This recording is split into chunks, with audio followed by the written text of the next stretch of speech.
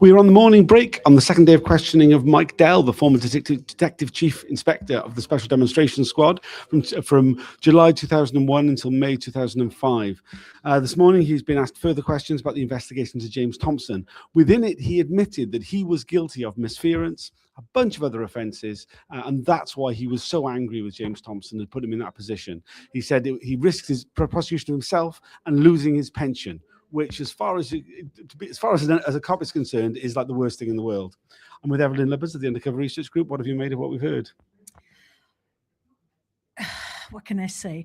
It's quite difficult to follow, although he acknowledges a lot. Well, he says one thing 1 minute and then the opposite the next minute. He's been very prone to contradictory statements within the same sentence sometimes. Yeah. But one of the main things is that he's still angry with Thompson, and he's still angry with himself because he thought Thompson had to be prosecuted. It feels deeply performative, that I feel. Yeah, and then he sort of blames himself for having been too angry back in the day, and that he now accepts the decision made by his superior that the operational security of the STS could not be risked by sentencing Thompson in any possible way. Yeah, I mean, there was a very pointed intervention by John Mitting where he said, given that we know that the lack of formal disciplinary procedure meant that James Thompson was able to go on and continue to sexually abuse two women, do you still think it was the right thing not to formally discipline him in any way?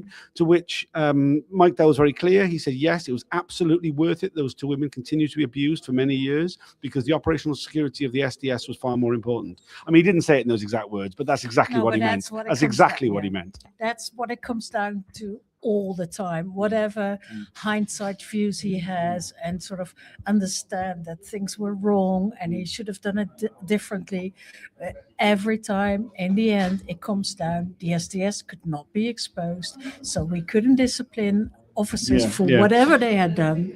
Yeah, and there's a line which Dell has been deploying on a regular basis this morning, which is a line he didn't use yesterday, which he said that he predicted this inquiry, that at the time he'd say, this is for the inquiry, that somehow that he was cognizant of the reality, he had a prescient idea that this was going to happen. It's a great line. I would have believed him a bit more if he'd have said it yesterday, but it feels like he thought it up overnight. Yeah, and also, he couldn't reproduce where and when he had said it. Had he said it to officers in the STS when he told them not to be in sexual relation? No, it wasn't that. It was not at that moment. Maybe it was at the moment where he was giving a course, and he said he had only one slide, and that said. Whatever. If anything can go wrong, it will go wrong. Yeah. I mean, he got very philosophical at that section and started saying, well, every police officer knows that all this is going to crash and burn one day.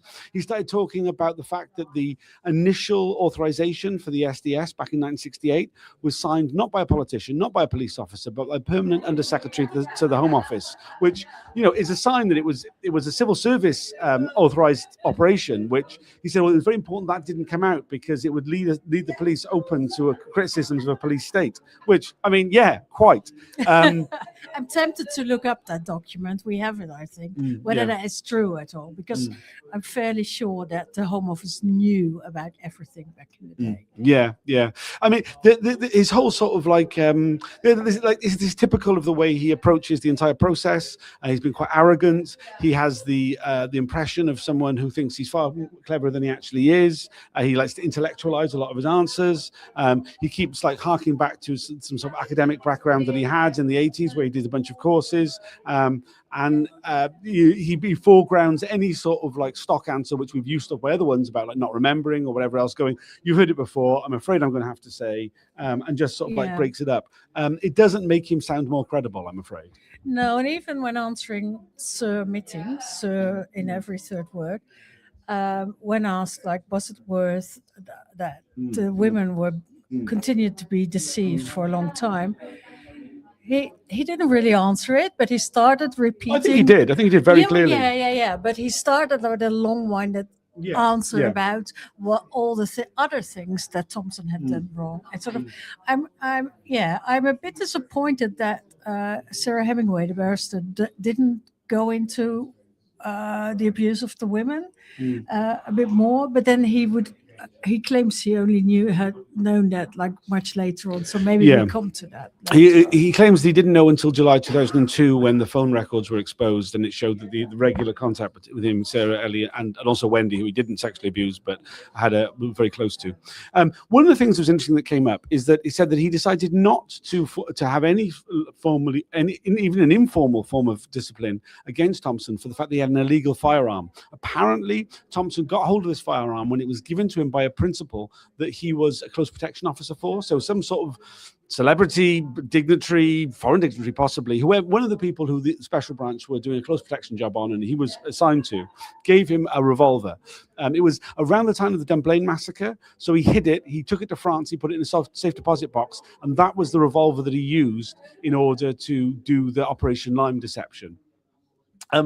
Now, Mike Dell said he was fully aware of that, and he chose not to prosecute because he thought it was more serious the fact that he had deceived his senior officers rather than owning an illegal firearm. Which, I mean, it again exposes the morality and the relativism of police around like criminal offences. Yeah, and there was also a lot of talk about whether the case against L2 and L3 would be brought to court, and they continue to